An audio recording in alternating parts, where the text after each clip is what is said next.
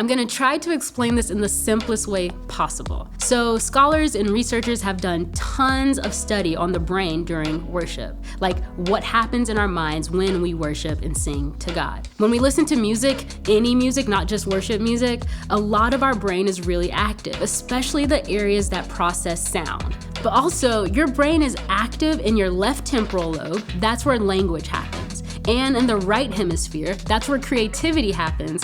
And in your corpus callosum, that's the channel of neural pathways between both hemispheres of your brain. See, there's one level of neuroactivity associated with just listening to music, but there's a whole nother level of activity that happens when it comes to actively participating in or creating together, as we do when we're singing.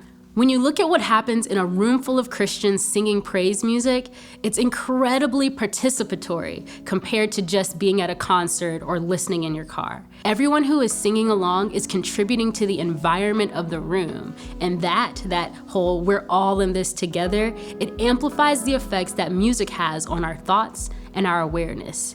And this comes with lots of benefits. First, an increased capacity to process language. Second, a positive state of mind. Third, a higher sense of self-worth and self-esteem. When we worship together, a room full of brains start to create these neurological patterns that are similar to each other. We see this in a brain scan. As people start to contemplate everything that's happening, the lyrics, the singing, the environment of the room, you start to rise and transcend your focus beyond yourself.